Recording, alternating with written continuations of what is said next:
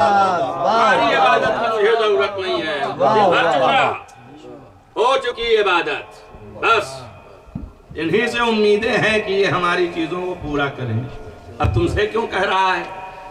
ارے جو کھایا ہے تو اس کو ادا کرو۔ شکریہ کا معنی ہی یہی ہے۔ اب تو مل تو رہا نہیں راستے میں، یہ ہاتھ ملا کے اور جھک جائیے ایسے اور پھر باہر نکل کے کھڑ جائیے، تو اس نے کہا سجدے ہی کرو۔ اب جو سجدے نہیں کرتے وہ ان سے بھی بدتر ہیں، جو کہ سامنے تھے کہ کم سے کم تھوڑا جھک جاتے ہیں، بعد میں اکڑ جاتے ہیں، ان سے بھی بدتر۔ تو یہ آپ کے وفاداری کا امتحان لے رہا ہے، یہ بھی وفاداری کا امتحان لے رہا ہے کہ کتنا میرا شکریہ ادا کرتے ہو، طرح طرح کی دے رہا ہوں، ورنہ ان عبادتوں سے اس کا کیا بھرم بن جائے گا۔ کہا ان عبادتوں سے بھرم بننے والا ہے جو کائنات پر اپنا ہولڈ بھی رکھتے ہیں اور اس کے لیے سجدہ کر کے اس کی بڑائی کو، کبریائی کو بیان بھی کرتے ہیں۔ ان سے اس کی دل کی سیری ہوگی، اس کے خود کی چاہت جو تھی، اب وہ نفس تو ہے نہیں کہ چاہت والا ہے،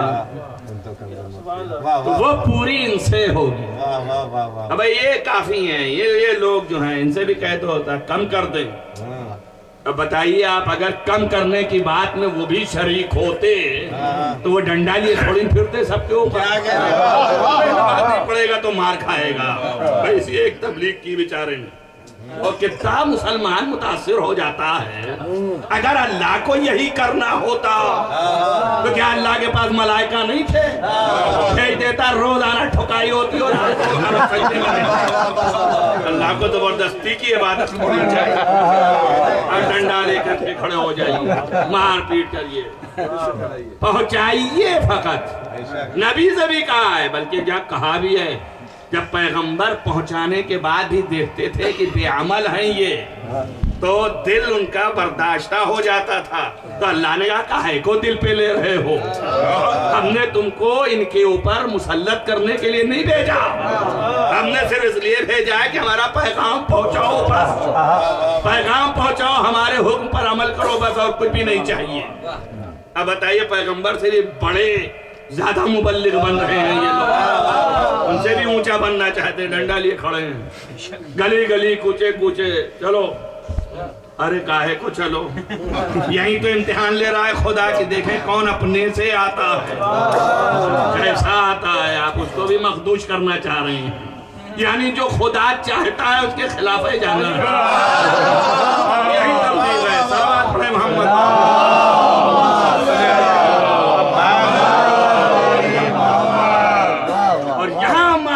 یہ ہے کہ ماں وہ ہے، ساتھ وہ ہے، ہر وقت لمحے بلمحہ، تاریخ شاہد ہے خدا کی قسم۔ پیدا ہوا تو کعبے میں، تربیت کے لیے گھر پایا تو نبوت کا۔ آپ تاریخ میں کہیں دکھا دیں علی نے اینٹ سے اینٹ رکھی ہو، کوئی گھر بنایا ہو اپنا، گھر ہی نہیں بنایا۔ کاہے کو بناتا؟ پیدا ہوا تو اللہ کے گھر میں، بڑا تو نبوت کے گھر میں۔ اب دو ہی جگہ پالا اور پیدا ہوا، دو ہی وراثت ملنی ہے۔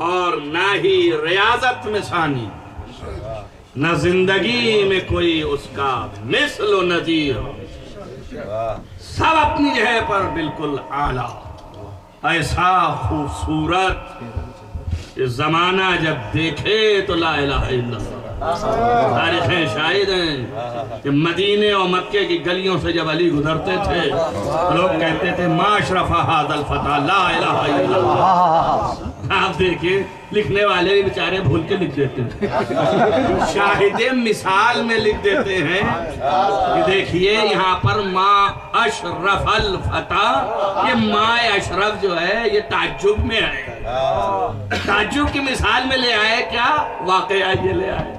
اس میں لکھ دیا جو دیکھا اس نے کہا کتنا شریف ہے یہ انسان، لا الہ الا اللہ۔ ارے شرافت کی نشانی تو بتا دیا کہ جب دیکھو ان کا چہرہ خدا یاد آیا۔ سمجھ میں آیا ہوگا کیوں کہا ان کا ذکر خدا کا ذکر ہے۔ ان کی طرف دیکھتے جاؤ خدا یاد آتا جائے، ان کا ذکر کرتے جاؤ ذکر خدا بنتا جائے۔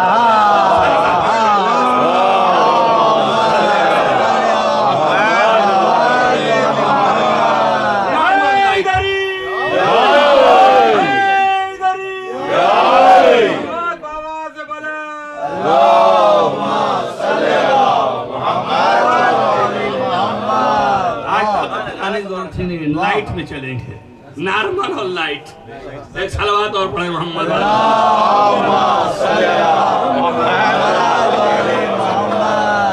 بس اس طرح کا خوبصورت کہ جس کے چہرے کی ایک کیفیت ہو کہ خدا یاد آئے، اتنا حسین اس طرح کا فرد جس کی کل تربیت نبوت کے ہاتھوں سے، کیا کہنے، اور ولادت خدا کے گھر میں۔ اور نہیں تو کہتے ہیں کہ بھائی جو بھی کر رہے ہیں رسول کا فیض ہے۔ کاہے کا رسول کا فیض ہے؟ کہا تربیت وہی ہوئی، رسول کی تربیت، رسول نے کیا ہے تربیت ان کی، رسول کی تربیت اللہ اکبر کیا کہنا، رسول نے تربیت کیا ہے۔ تو رسول نے تربیت کیا، تربیت میں کون سی گھٹی پلا دی کہ سورج چاہے پلٹا لیں، خبر چاہے اکھاڑ لیں، تربیت میں کیا کھلا دیا رسول نے کہ اتنی طاقت آ گئی؟ نہیں صاحب کچھ بھی ہو، اب رسول نے جب تربیت دیا تو عکس رسالت آ گیا اس کے اندر، اور جب وہ آیا تو اعجاز ظاہر ہونے لگا۔ تو اس کے معنی یہ ہے کہ جتنا اعجاز ظاہر ہو رہا ہے وہ تربیت رسالت کی وجہ سے ہے۔ تو تربیت کا اثر ہوا اعجاز کے ظاہر ہونے میں۔ تو جب انہوں نے تربیت کیا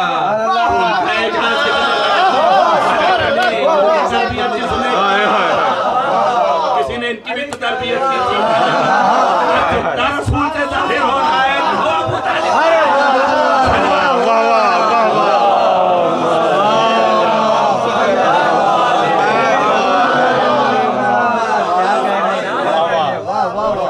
تربیت کا اعجاز ہے، جیسے انہوں نے کیا ویسے انہوں نے کیا۔ اب یہ جو کچھ دے رہے ہیں اسی کا بدلہ ہی تو دے رہے ہو، جو انہوں نے دیا ہے وہ انہوں نے بھی دیا ہے۔ انہوں نے کیا دیا؟ 40 سال پال کے نبوت عطا کروائی، نبوت کے سینے سے محمد کے سینے کو ملایا، تو اب ان کو بھی دینا ہے۔ اب یاد رکھیں آپ، یہ جو اٹھائے ہوئے تھے یہ پرانی سیرت جو چلی تھی اس کا بدلہ دے رہے ہیں۔ ہر جگہ اٹھا اٹھا کے ابو طالب جگہوں سے بدلتے تھے، اللہ نے کہا ایک بار کی 1.25 لاکھ میں اٹھوا کے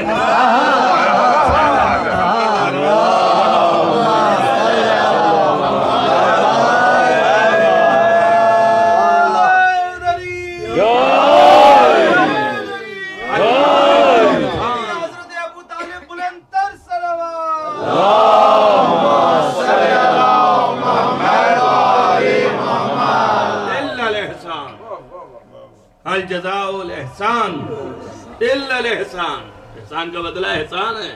کل تم نے اٹھایا، آج میں اٹھوا رہا ہوں۔ اور اسی پر سن لیں آپ، معتبر روایت نے لکھا ہے کہ رسول اللہ کو انگشتری بہت پسند تھی، عقیق کی، تو انہوں نے نبی نے علی کو دیا کہ لے جاؤ اس پر کندہ کروا کے لاؤ محمد ابن عبداللہ۔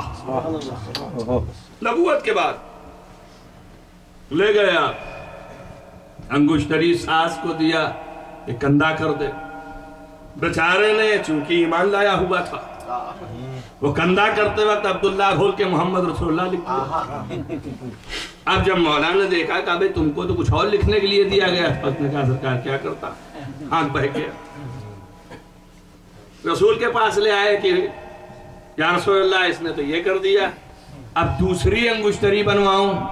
رسول اللہ خوش ہو گئے، بادشاہ گر گئے، کہنے لگے کوئی بات نہیں، میں محمد ابن عبداللہ بھی ہوں، محمد رسول اللہ بھی، لاؤ دے دو، اور جلدی سے لے لیا، پہن لیا، اور اس کے بعد نماز پڑھی، نماز پڑھ کے مصلی میں اتار کے رکھ دیا۔ جب دوسری نماز کے لیے چلے اور پھر انگشتری اٹھایا کہ پہنے، تو نیچے لکھا تھا علی ولی اللہ۔ صحیح دیکھا، حیرت میں ہو گئے کہ اس پر بندہ تو پہلے یہ تھا اور یہ میں نے کسی کو دیا نہیں، مصلی میرے پاس ہے، اس میں نیچے یہ کیا لکھ گیا؟ جب حیرت میں پڑے تو جبریل آئے، کہا بعد السلام خدا کہہ رہا ہے جو تم نے چاہا لکھوا لیا، اب جو میں چاہتا ہوں۔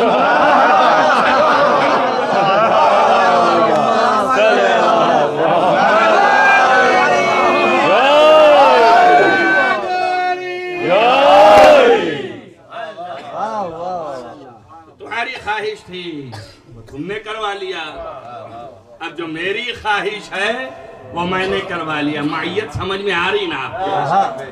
ماں پیغمبر کے ساتھ ساتھ ہیں، جہاں کہیں بھی نام محمد آئے گا، نام علی ساتھ، جہاں کہیں بھی ذکر محمد آئے گا، ذکر علی ساتھ ہے، جہاں کہیں محمد آئے گا علی ساتھ ساتھ ہے۔ اسی لیے جو 12 پیدا ہوئے میں گھوم پھر کے علی محمد، محمد علی، علی محمد، گھومنا نہیں، انہی دائروں میں رہنا ہے، سے نکلنا نہیں ہے۔ یہ عظمت ہے، اتنے بہتر خوبصورت رسول اللہ کیا کم خوبصورت تھے؟ آپ تو روز ہی پڑھتے رہتے ہیں کہ یوسف کا حسن بک گیا، اور رسول اللہ کا حسن کہیں اس سے آگے تھا، اور زلیخا اگر دیکھتی تھی یوسف کو بھول جاتی۔ سنتے ہیں، پڑھتے ہیں، کرتے ہیں نا۔ اتنا سب ہونے کے بعد بنی ہاشم نے کسی کو ہمارے بنی ہاشم کسی کو یہ لقب نہیں، نہ رسول اللہ، نہ سید البطحہ حضرت ابو طالب، نہ ان کے جد کو، نہ ہی ان کے باپ کو عبد المطلب کو، اور نہ ہی علی ابن ابی طالب کو۔ سب ایک سے ایک تھے، ایسے خوبصورت کہ واقعاً ستارے محو ہو جائیں، لیکن کسی کا لقب ہمارے بنی ہاشم نہیں۔ معلوم ہوتا ہے کہ یہ ایسا ٹھنڈا ہے کہ جس کی ٹھنڈک نہ تنہا علی کے آنکھ کو ٹھنڈک پہنچائے، بلکہ قیامت میں کھڑے ہونے والے سارے لوگوں کی آنکھوں میں پہنچتی ہے۔ معصوم نے فرمایا ہے کہ روز حشر میرا چچا جب کھڑا ہوگا تو قیامت میں جتنے کھڑے ہوں گے ان کی آنکھوں کا ٹھنڈک ہے، ان کی خنکی ہے وہ۔ آپ دیکھیں دعا مانگی کہ ایسی اولاد دے دے جو قرۃ اعین، جو کہ آنکھوں کی ٹھنڈک ہو۔ آپ دیکھیں کتنا عظیم شخص ہے۔ کل میں نے یہاں پہ لا کر کے آپ کو چھوڑا تھا، وقت تمام ہو رہا ہے، اور آپ جو ہے ظاہر ہے کہ محبت کے بھی تقاضے ہوتے ہیں۔ آپ نے واقعات سنتے ہی ساتھ آنکھوں سے آنسو آپ کے نکل گئے، میں بھی مصائب میں آ گیا، یہاں تک لا کے چھوڑا تھا کہ یہ اتنی عظیم ہستی ہے۔ پھر اس کا سن 13 برس تھا، اور 13 برس میں ایسا جوہر دکھایا کہ دنیا میں کوئی مثل نہیں اب لکھی گئی، اور ایسی جنگ کی تھی کہ ابن شاہزہ کے 7 بیٹے آئے، یہ کہ بدیگر پائے کرتے چلے گئے، پھر خود ہی گھبرا کے آیا اور اسے بھی پائے کر دیا، اور مہارت فنی یہ تھی مگر نقاب تھا چہرے پر۔ جب وہ پائے ہوا اور مہارت دیکھی تو شام چلا اٹھے کہ علی ہیں یہ۔ دفعتاً ہوا نے رخ پر سے نقاب ہٹائی تو لوگوں نے دیکھا کہ عباس ہیں یہ، یہی نا۔ اب میں نے تاریخ کے اندر سے 2 ہی نقابیں دیکھی ہیں، تیسری نہیں دیکھی۔ ایک شب ہجرت کی نقاب تھی اور ایک جنگ صفین کی نقاب تھی۔ شب ہجرت انہوں نے چادر ڈالی تو بڑے بڑوں کو دھوکا ہوا رسالت کا، دھوکا ہوا رسالت کا۔ انہوں نے نقاب ڈالی تو دنیا کو دھوکا ہوا ایمان